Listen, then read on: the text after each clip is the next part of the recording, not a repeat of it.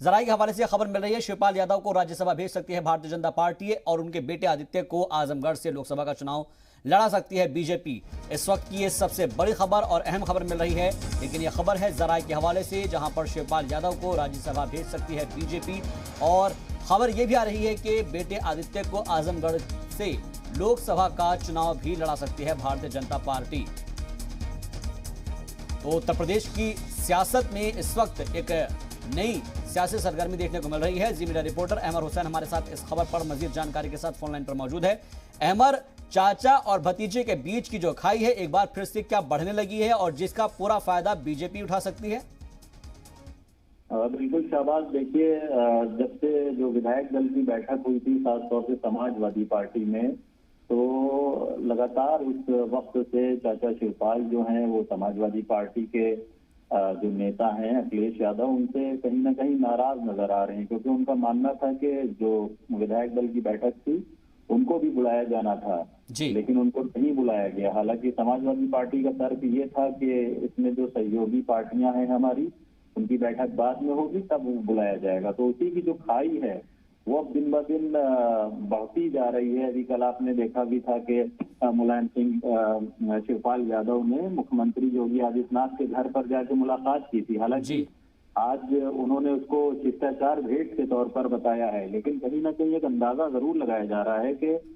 जिस तरीके से अखिलेश यादव और शिवपाल यादव के बीच में एक बार फिर से जो तमाम विवाद की खबरें आ रही हैं, तो क्या शिवपाल यादव बीजेपी की तरफ रुख कर सकते हैं, इस बात के कयास लगाए जा रहे हैं। हालांकि शिवपाल यादव की तरफ से अभी ऐसा कोई स्टेटमेंट नहीं आया है, लेकिन आज उन्होंने जिस तरीके से कोर कमेटी की अपनी बैठक की, अपने तमाम प्रगतिशील समाजवादी पार्टी जिसके जो इनके कार्यकर्ता थे, जो नेता थे, उनको बुलाया गया और राय मशवरा हुआ है। और राय मशवरे के बाद जब शिवपाल यादव बाहर निकले तो उन्होंने मीडिया से कहा कि हमारी जो मुलाकात थी कल की मुख्यमंत्री की वो शिष्टाचार भेंट थी, लेकिन उन्होंने एक लफ्ज जरूर कहा कि हाँ, वक्त पड़ने पर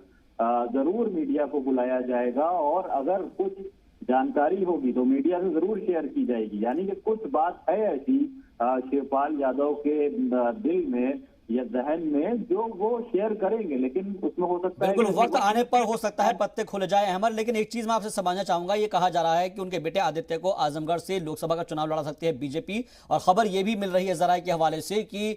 शिवपाल यादव को राज्यसभा भेजा जा सकता है बीजेपी के जरिए। क्या जराये की तरफ से इस बात की पुष्टि हो पाएगी? देखिए, अभी ये खबर जो है शाहबाज, अभी फिलहाल में भी सूत्रों के हवाले से है। जानकार ये कह रहे हैं कि शिवपाल यादव बीजेपी की तरफ रुख कर सकते हैं, क्योंकि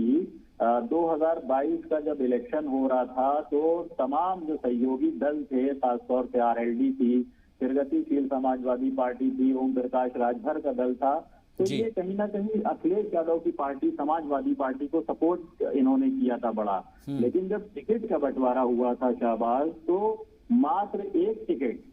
जसवंत नगर सीट से शिवपाल यादव को दिया गया था, जबकि शिवपाल यादव समाजवादी पार्टी के कद्दावर नेता के तौर पर पहचान रखते थे और 2018 में मनमुटाव के चलते उनको अपनी प्रगतिशील समाजवादी पार्टी बनाना पड़ी थी। तो कहीं ना कहीं बेटे तक को शिवपाल के टिकट अखिलेश यादव ने नहीं दिया, तो कहीं आपकी जो मनमुटाव है वो अब कहीं ना कहीं से निकल कर अब सामने आ रहा है। और आने वाले वक्त में हो सकता है कि तस्वीर जो है वो उत्तर प्रदेश की सियासत की एक जुदा नजर आए, क्योंकि शिवपाल यादव समाजवादी पार्टी के कद्दावर नेता भी हैं, मुलायम सिंह के भाई भी हैं और साथ में अखिलेश यादव के चाचा भी लगते हैं। तो अगर एक पारिवारिक रिश्ता भी है और एक जिस तरीके से पार्टी को उन्होंने आगे बढ़ाया था उस लिहाज से भी उनको दिया जा सकता है। बहुत बहुत शुक्रिया हमसे बातचीत के लिए, मजीद जानकारी के लिए अहमर आपका।